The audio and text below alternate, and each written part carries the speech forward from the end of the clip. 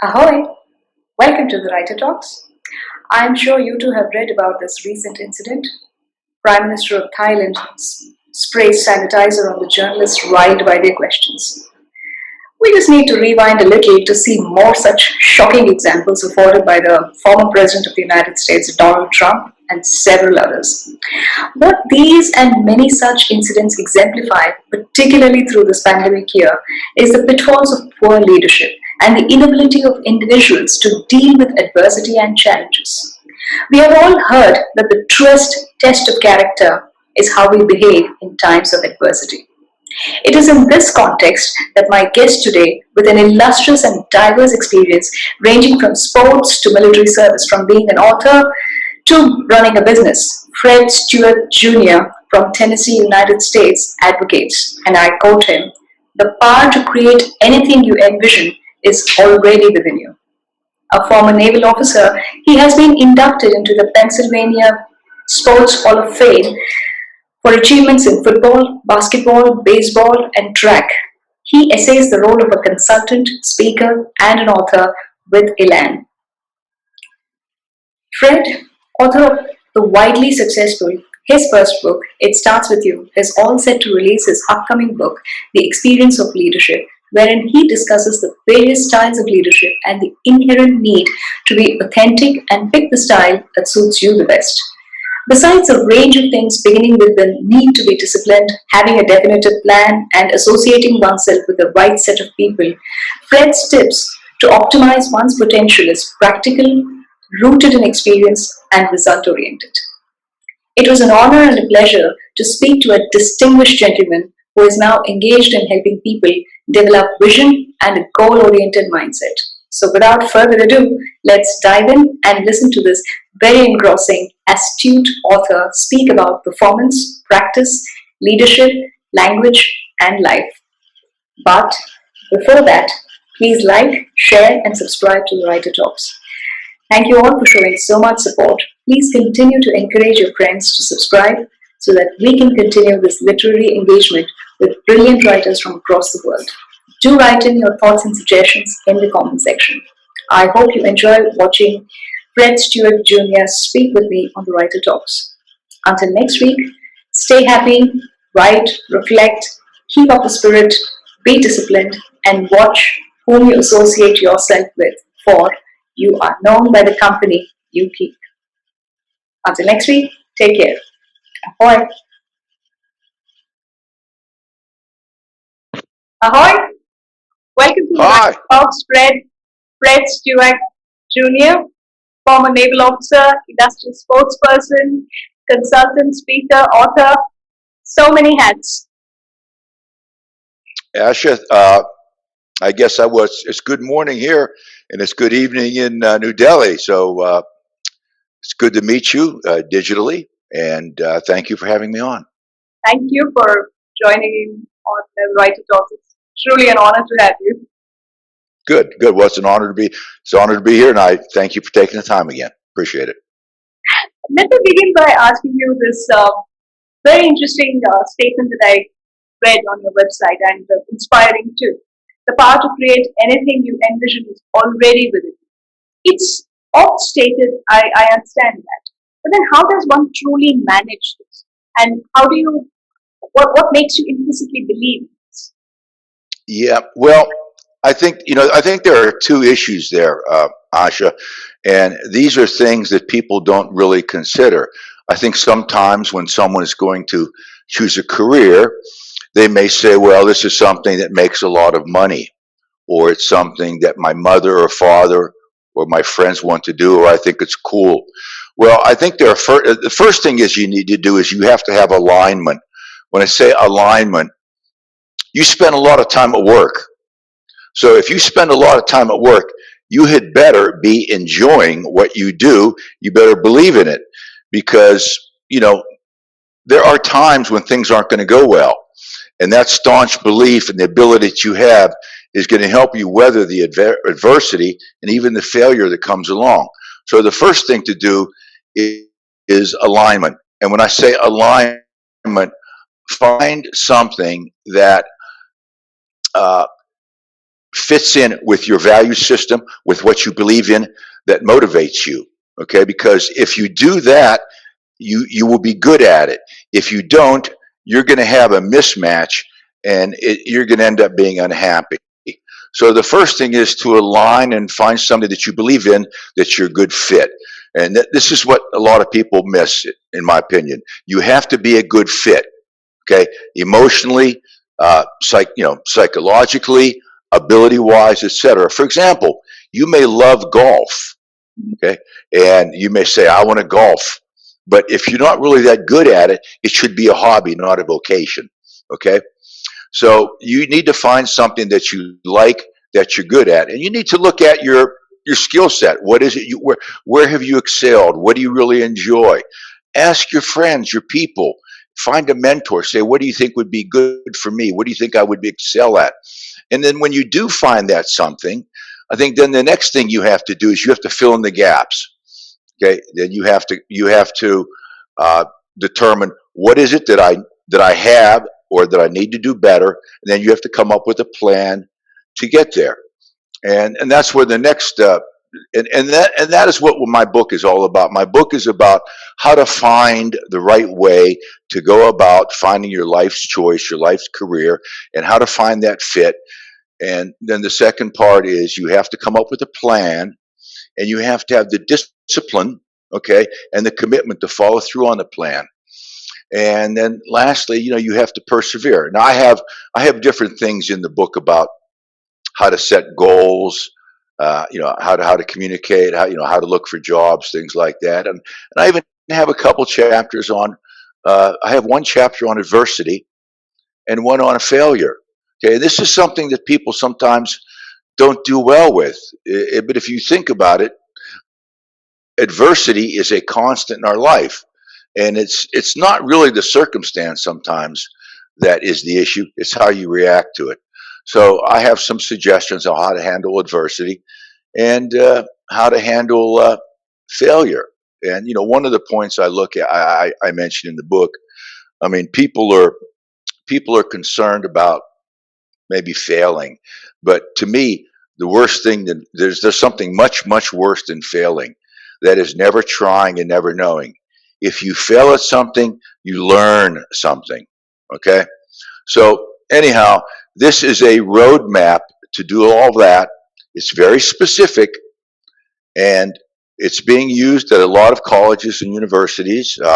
It's going to be published in India later this year, and I just got a notice, and I sent it to you, that Amazon is going to be doing a promotion on it. I believe March 13th. I think that's next Saturday or something like that. So anyhow, and that's really it. So if someone wants to be successful, okay, this will show you how to do that. But you just have to understand that success is not one dimensional.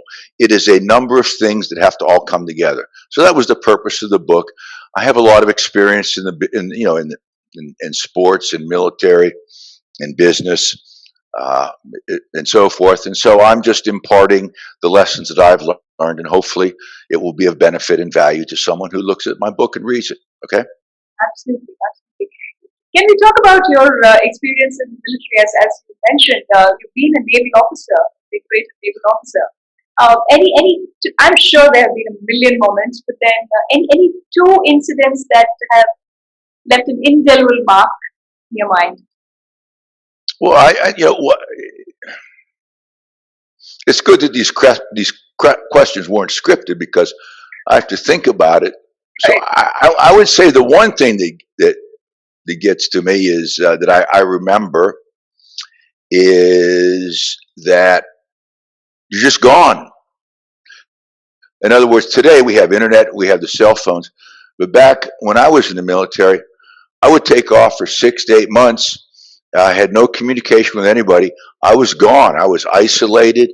And to me, receiving that letter from someone that I hadn't heard from in a couple months was something that always kind of, got me. But really, if you think about the military, and maybe going back to why I joined the military. I played a lot of sports in high school, and I was recruited by a lot of colleges for sports. and I ended up being recruited at the Naval Academy, and I wasn't planning on going there, but I was talked into going on a visit, and the place, just kind of resonated with me. If you think about the military, you think about commitment, a sense of teamwork, uh, everybody working together, pursue a mission. You have different types of people put in together. You have, different ethnic, different parts of the country, world, and all that. So it was a very good experience from that standpoint. But plus, it was a chance to give back to my country. I believe that there are a lot of takers out there, and I think we all, when we have the chance, should give back. And it was a chance for me to give back to my country and serve my country. But the things that I learned was teamwork. I learned a lot about leadership. As a matter of fact, I have a book coming out this fall on leadership. It's called The Experience of Leadership, which I think is going to be a great book. And so you learn how to lead people and how to handle complicated situations. And you learn that there is no one thing that is ever right for any situation, because everything is constantly evolving. It's a different time, it's a different environment, different personnel.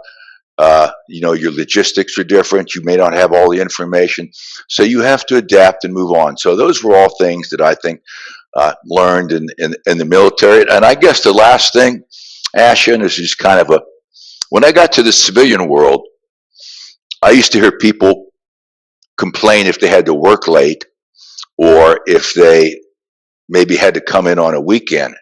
And I was used to be leaving in January and coming back in August. So I'm gone for 8 months. And I was like, oh my goodness gracious. I mean, I can work all week, but I can come home on the weekend and see my wife and family. This is great.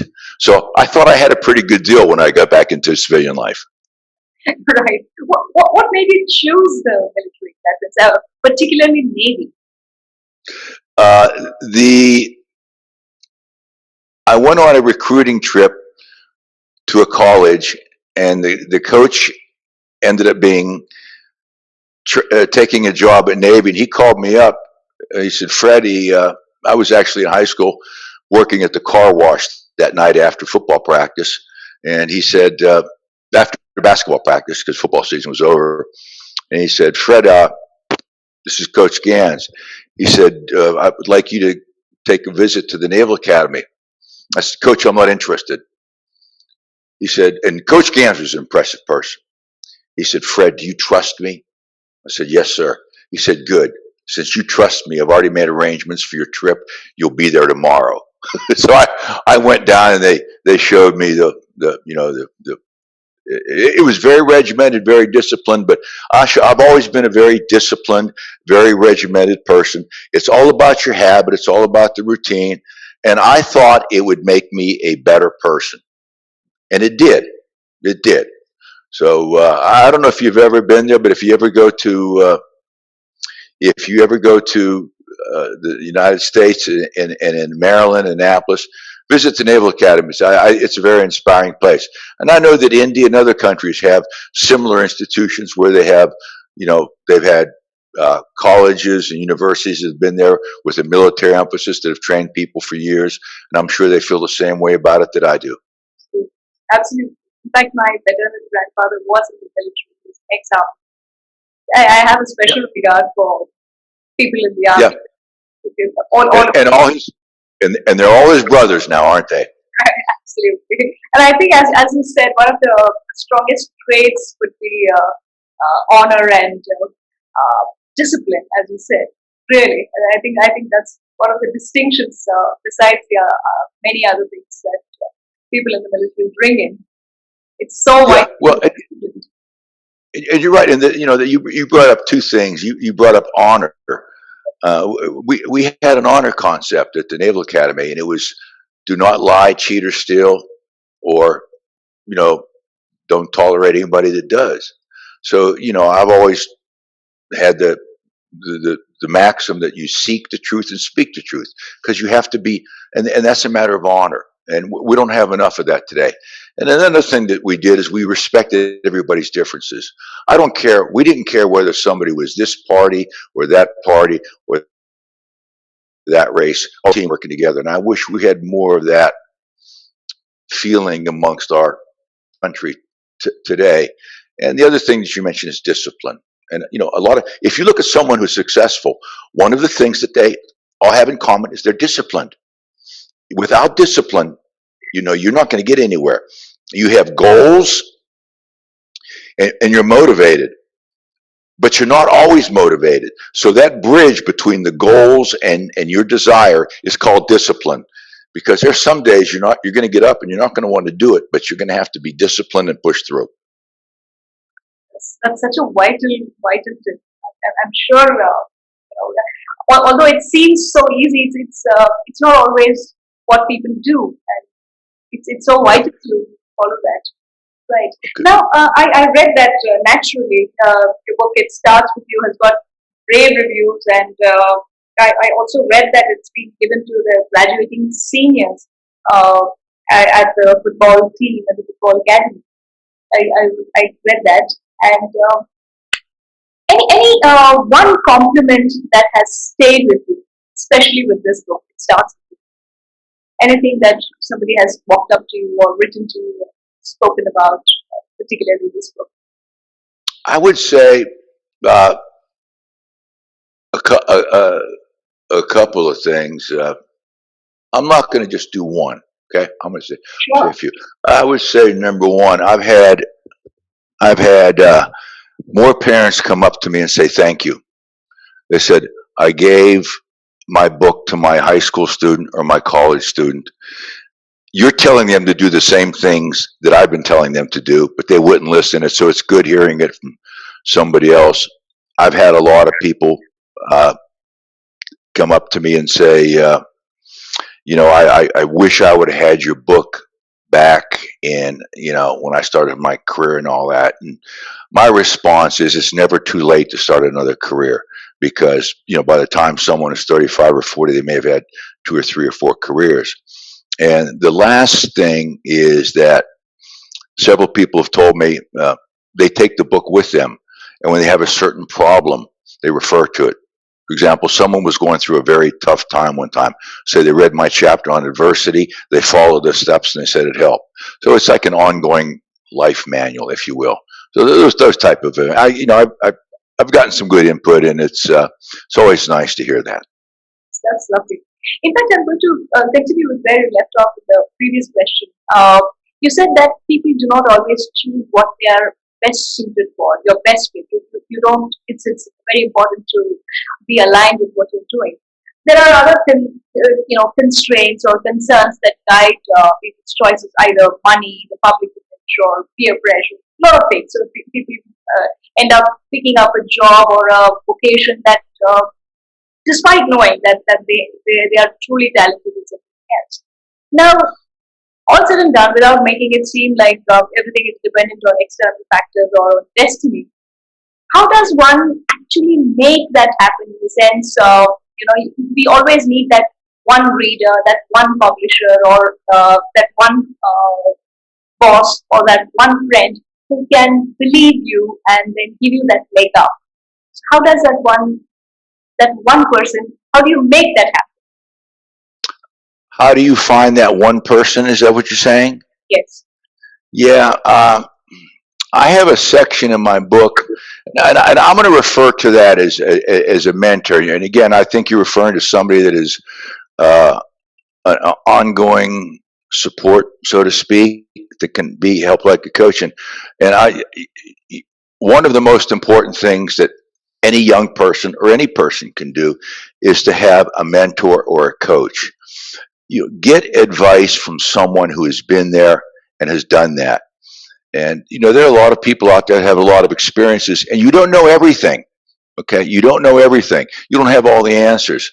And, you may think something is a good idea, or you're not sure about it, but sometimes we get emotionally attached to something, and we have rose-colored glasses on. Okay, or they call rose-colored glasses or tinted glasses. We see things differently. Well, what is it they say sometimes? Oh, just don't worry, everything's going to work out. It's going to be fine. Well, actually, Asha, it isn't. going to work out, and it isn't going to be fine unless you make it that way.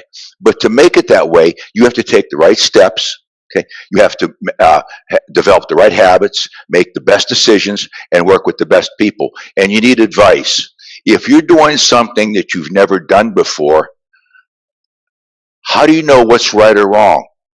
And what's important is not only what's right, but you have to know what not to do.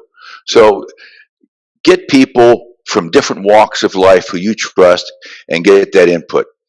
Anytime I've ever made a decision, there are times when you make a decision where you have temporal constraints, where you have time constraints, where as a leader you have to say, we're going to do this now.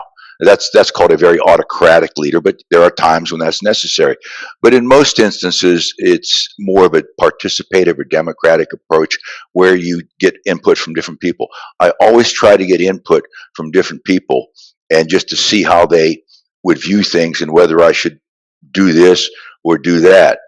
And you may see things one way, but and I see things differently, and sometimes the truth is in between. And I think that is a real challenge today for companies, for example. And they talk about what are the biggest challenges facing companies today. I would say it's we used to talk about gender differences, and we still do, gender differences, ethnic. In my opinion, I think the biggest challenge for companies and leaders and managers is bridging the gap between here we are now and the younger generation, because they've been brought up differently, they think differently. I mean, they're good people, but what motivates them and how you react and communicate with them will determine how effective you are. So you have to use the right approach that's synchronous with their beliefs, their mindset, and their values. For example, they have different goals. We all have different goals. I mean, we were much more of I would just say, in former times, it was more industrial. It was more regimented. It was you join a company, you spend 20 or 30 years there. There's lifetime loyalty. Those days are gone. I mean, if you look at it, there was a school in San Diego. They did a survey where I think it was 42% of all the graduates started their own business. So, you can get a laptop and start up your own business, but you have to know what you're doing, and you better have some good advice, and you better choose some good people. Because if you look at it, the one thing that really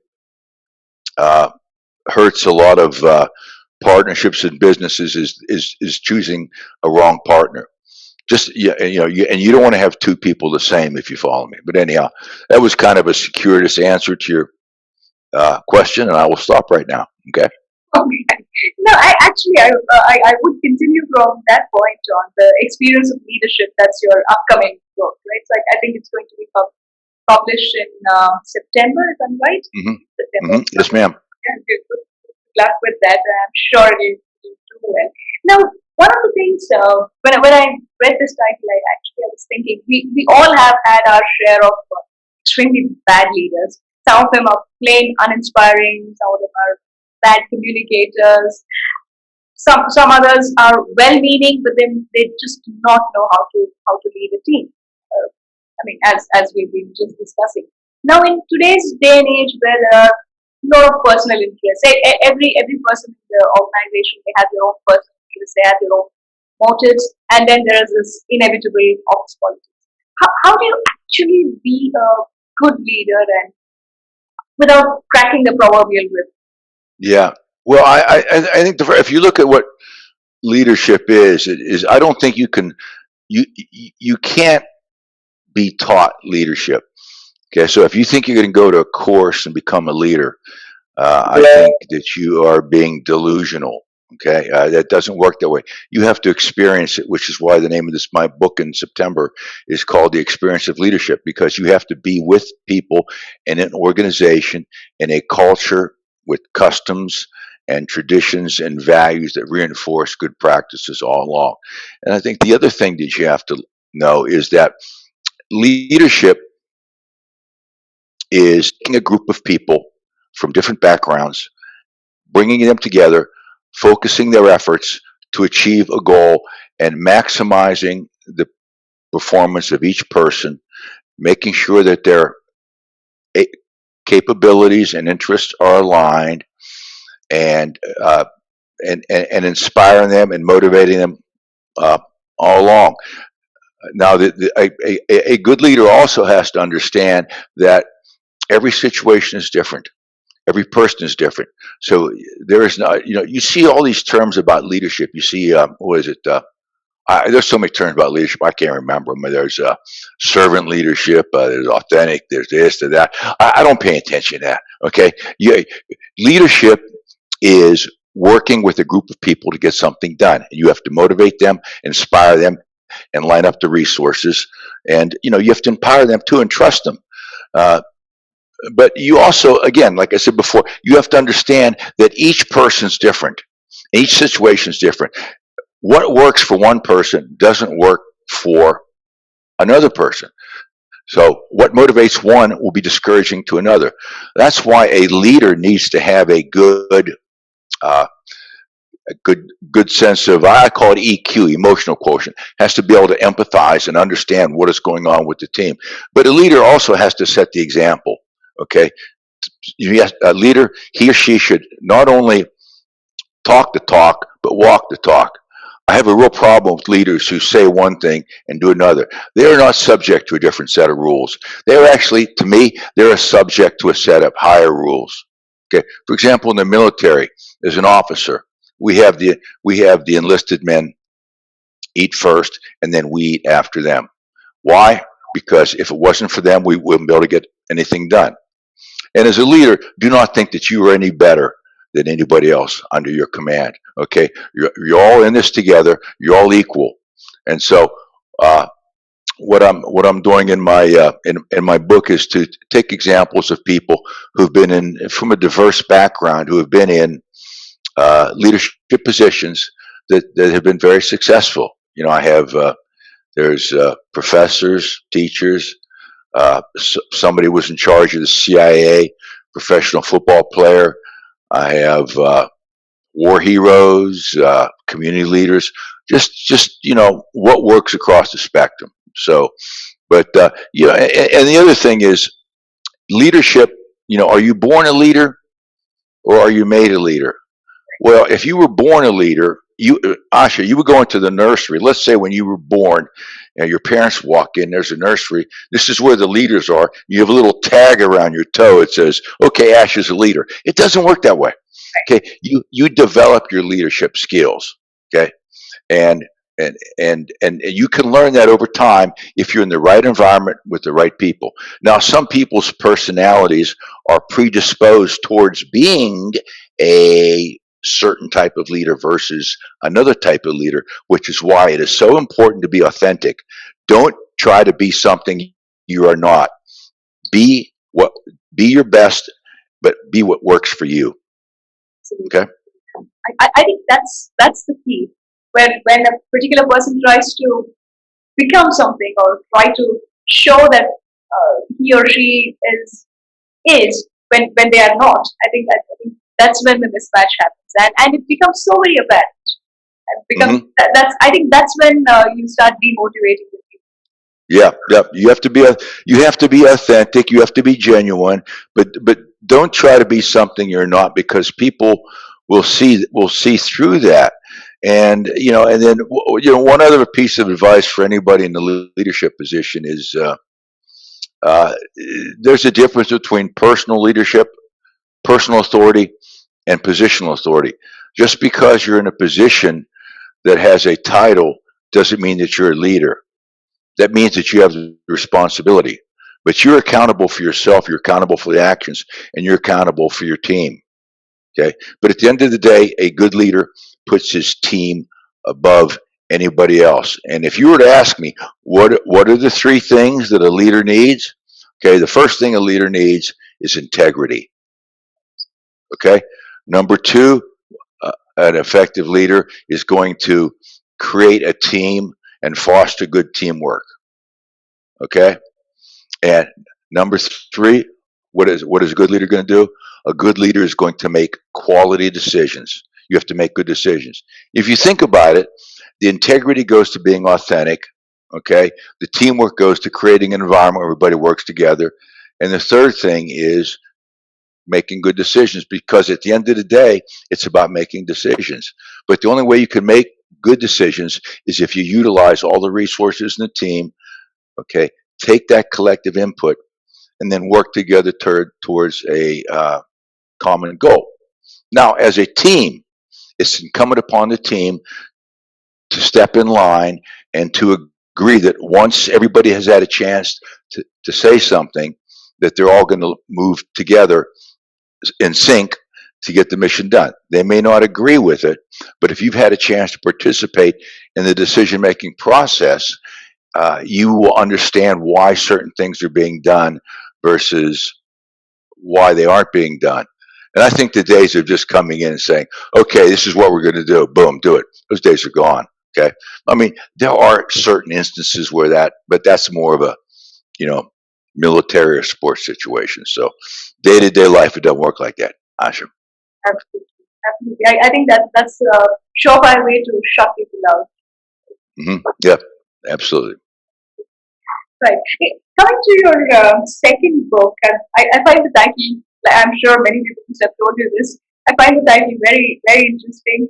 Don't F this up. And Oh, was it a deliberate decision to use the F word?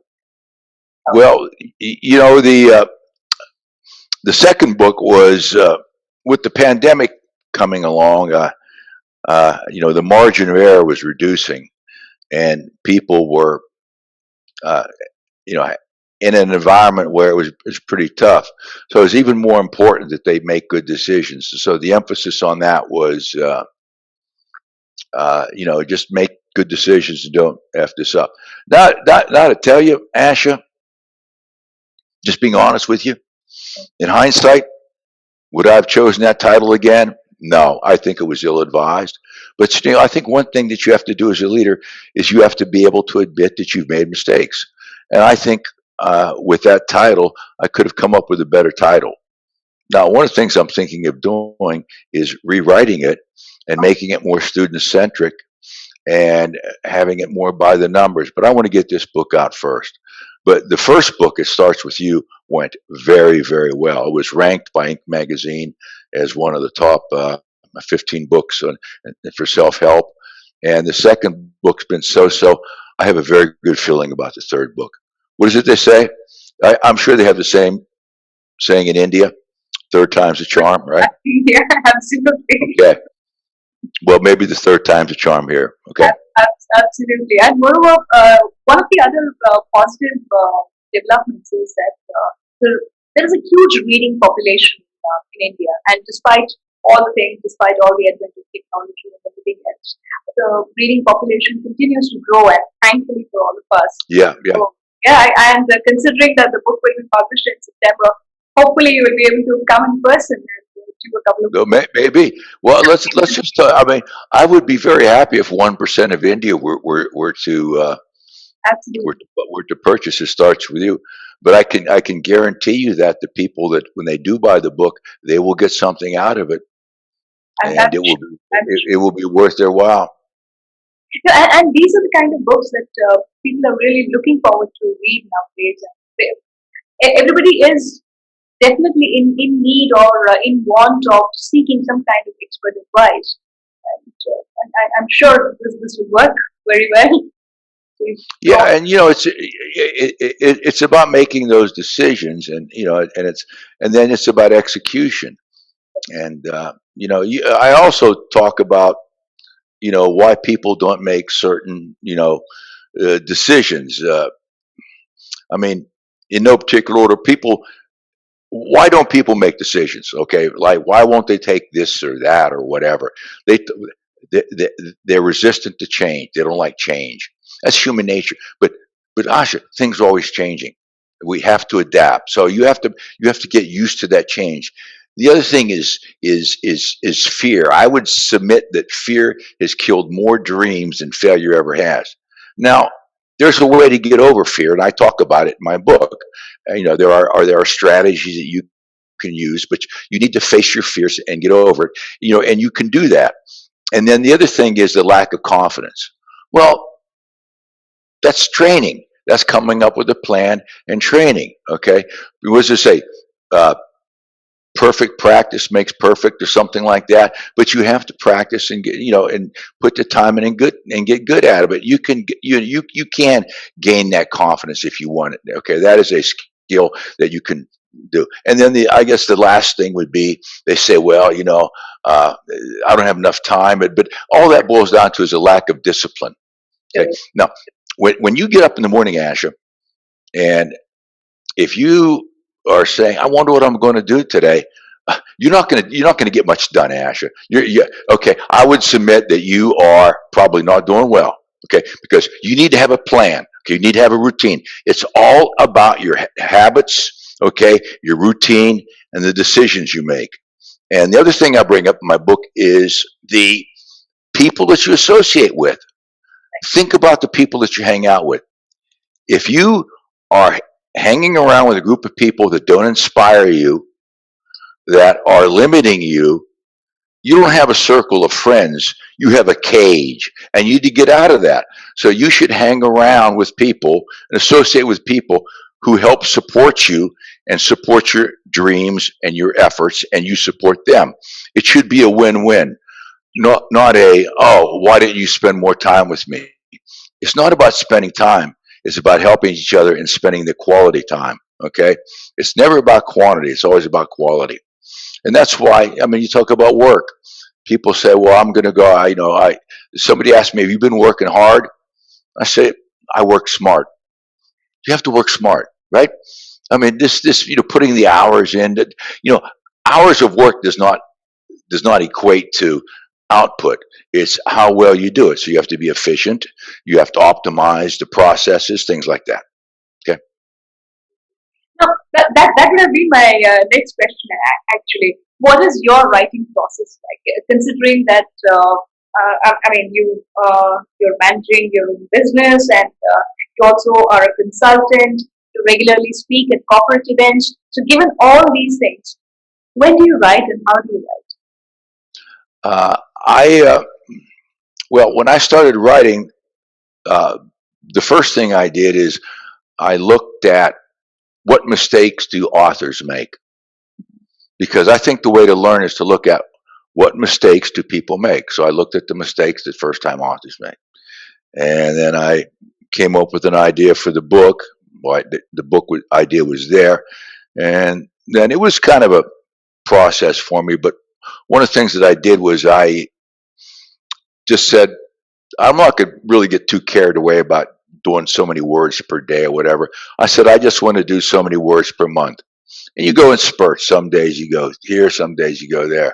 But then when I wrote it, every time I would write a chapter, I would send it to 2 or 3 people and say, okay, tell me, what don't you like about this?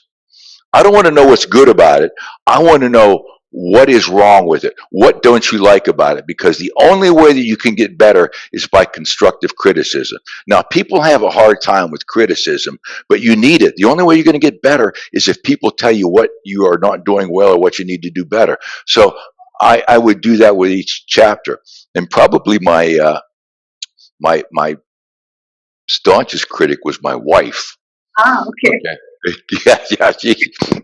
She came in one day. She says, blah blah blah. She says, you need to tell them what to do, and that's kind of my background anyhow. But ask people, get input, and then when I was finished with it, one of the things I did is I actually had it edited twice, not edited, but proofread, just to make sure if the punctuation and spelling to ensure that there weren't any uh, syntax typos, misspelled words. Now I've been told there's no such thing as a book without one typo. So if you find a typo in my book, let me know. Okay, I'm sure it's in there somewhere. Okay. All right. Okay. Yeah, I'll take you up on that. But chances are, I don't think I'll find any. Okay. You never. Hey, you never know. So, Ash, in what you're doing, don't be afraid to take criticism. Ask people, what can I do better? Okay, what didn't you like about what I did? And it's the only way you're going to improve. So just go along and think you're doing fine without any input. You're going for a very, very rude awakening, in my opinion. yeah, that's true. No, who is your biggest fan? You told me who's your biggest critic, and that's closer at home. So, who's your biggest fan? Who's the biggest fan of your writing? Of my book or of my life, or Your writing, of your writing. uh, who do I like the best? No, who is the biggest fan of your writing? Oh, I would say, in general, mostly sports and military type people, but a lot of students. I don't know if that there's any one person per se, but it was, I guess if I take one group, I would say the young people. They love it. Okay, Okay, the young people, and who are the young people? Young is getting older every day too. I true. mean, I would say the 18 to 35-year-old crowd, even the 40-year-old crowd, really enjoys it. And a lot of the managers and supervisors give the books to their team as a way to reinforce good practices. Okay. May I request you to do a book reading, please? Um, with probably your first one. It starts with you. hmm Your favorite section from the book. Uh, I would say the first chapter. All right. Could Yep. you read out some part of that short Yeah, excerpt? yeah. I would say the first chapter is that you have to believe in what you're doing. Okay, because that staunch belief in what you're doing is going to enable you to uh, to stay the course.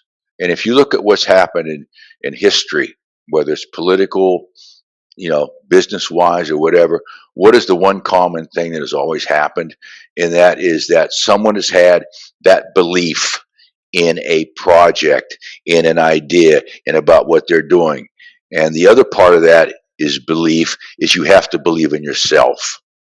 Okay. You need to believe in yourself. So you need to develop the confidence so that you, okay, can optimize your ability. Because Asha, if you don't if you don't believe in you and you walk into a meeting, you go somewhere, people are going to pick up on that. So you need to have that. You need to have that self confidence. I'm not saying you be arrogant, okay, but you just have to be confident and you have to be self assured. And the only way you can do that is if you buy my book and follow the steps. Absolutely. Would you read a small section from the book? Would I read a small section of the book? Well, let me see. I think I have the. I have the kind of book, and I just have sections. Since you asked, I have to get my glasses on for this. I think, though. Sure. Okay, this is good stuff. Okay, I'm just gonna. This is in my adversity chapter. All right. How you deal with adversity could be viewed as the single biggest challenge in your life. The true test of character is not how someone behaves when things are going well, but how one responds when things don't work out, problems occur, and events seem to conspire against you. Adversity will help you grow. It will make you stronger, and as John F. Kennedy said, turn scars into stars. So, and as you know, Asha, things don't always go well. And you have to be able to handle that adversity, that uncertainty. But more often than not, it's how you respond to it that's a problem, not the event itself. Because if you look back and you think of all the things that you thought were really, really bad, was it really that bad? Nah, nah. Usually it works out, and you have to have this mindset. You will find a way or make one. But just don't sit there and wait for someone to help you or wait for things to come together and everything to be nice. Because if it does, you are in for a very long wait. Absolutely. Yeah. Okay. You need to pick up the pieces yourself, so to say. Exactly. Without a doubt. What is your typical day like? Oh, typical day? Yes. Well, I usually I'm not in the military. We always got up early, but I'm not an early riser. But I get up at a very decent hour, and I have some coffee and I check the news and the social media, and then I have a schedule that I put together, and I just work on my book for a couple hours. I'll work on maybe some family things. I have certain projects or interviews or podcasts that I'm doing, and I have everything you know scheduled. Uh, One thing that's always scheduled is I believe that exercise is medicine, and you have to stay fit. So I have a very regimented workout routine. I exercise, I work out every day. So from a certain time each day, I have it blocked in. That's sacred time. I work out. I work out every day, and I put time aside for my family and things like that. But it's just it's very routine. If you want to follow me, Asha, you're going to know where I am most of the time because I'm, and I eat at certain places and things like that. But we're all creatures of habit, and and you don't realize how important your routine is until something changes the routine, which is why many people have had such a problem with COVID. Because if you look at it, everybody had a routine. You have a certain way of doing things. You're doing this, you're doing that. All of a sudden, that disrupted, and it created some issues for a lot of people. And I would submit that some of the collateral damage of COVID is going to be, with some of the mental issues that people have to deal with, some of the depression and things like that. But I try to stay busy. I do stay busy. I have a schedule, and but I don't wake up in the morning going, "What am I going to do?" I usually know. I always know what I'm going to do, and I also try to make time for my family. I live in the United States, but in Tennessee, but I have 7.5 million frequent flyer miles. I've flown just about everywhere, and I have one son in Berlin, and I have one in Japan. Wow. And as you well know, with COVID right now, it's very difficult to get to see them. So I'm hoping that things, loosen up a little bit, and they can start letting people in and travel. Because at some point in time, we have to get back to some sense of normalcy. Absolutely. Right. What are you reading currently, and who are your favorite writers? Well, I'm reading here. I just happen to have them back here.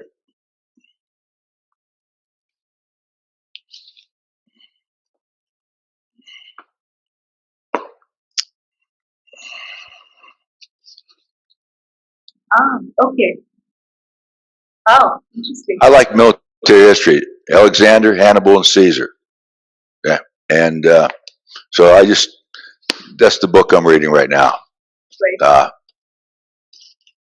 Who are your favorite writers? Do you have a list of favorite writers? uh, I would say two of them would be Malcolm Gladwell. I like his books, and James Clear. I think both of the books are practical. They're common sense, and they're based on techniques and principles and ideas that actually work. I try to avoid the how would you say academic books that are written mostly on theory or on this or that, and I like to you know read books from people who've actually been there, done that, because that's how you learn.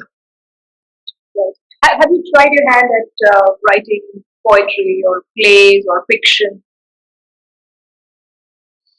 No, no, I haven't No, I haven't done that. No, I'm going to stick to nonfiction. I have this leadership book coming out, and I'll probably do something next year. When I sold my company, I had to figure out what to do, and everybody's been saying, "Hey, Fred, you should write a book," and it's always been on my bucket list of things to do. So that's what I started doing. It's nice. That's lovely. So that's how you got into writing. You didn't write earlier, your younger days, the college days, or when you were younger. Have you tried writing then, or No, no, this is a fairly recent thing. I've started up companies and sold them. I've been through the IPO process, and traveled a lot, was in the military, played a lot of sports, and I just wanted to do something different. I thought it was a chance also for me to grow and a chance for me to help make a difference in other people's lives and impart my advice to them, and maybe they'll listen. right? How easy or difficult was it to publish your first book? It starts with you. How easy or difficult was it to publish it?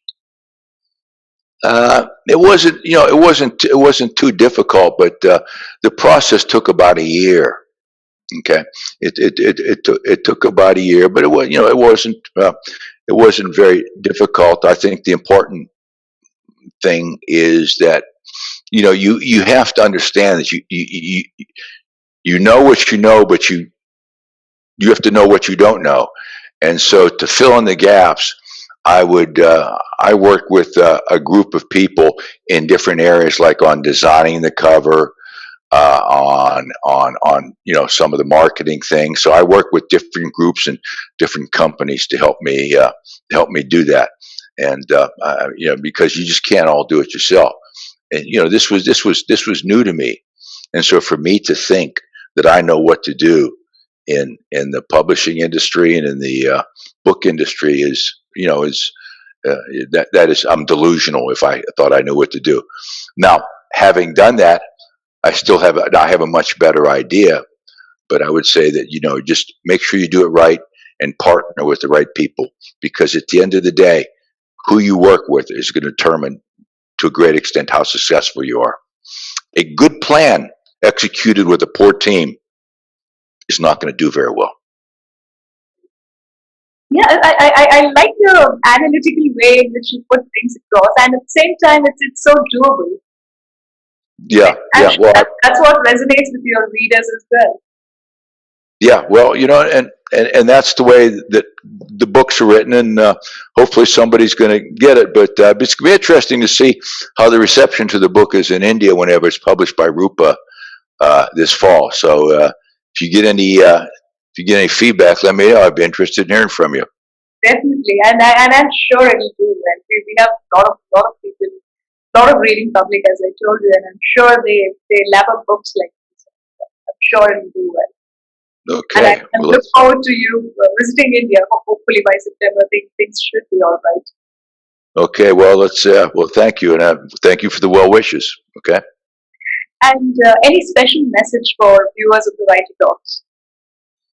Mm, uh, I would say that you, you know the to the audience, the life you are living is a life that you've created. Okay, you are accountable for you. Don't depend on somebody else to do something for you, and you're not entitled to anything.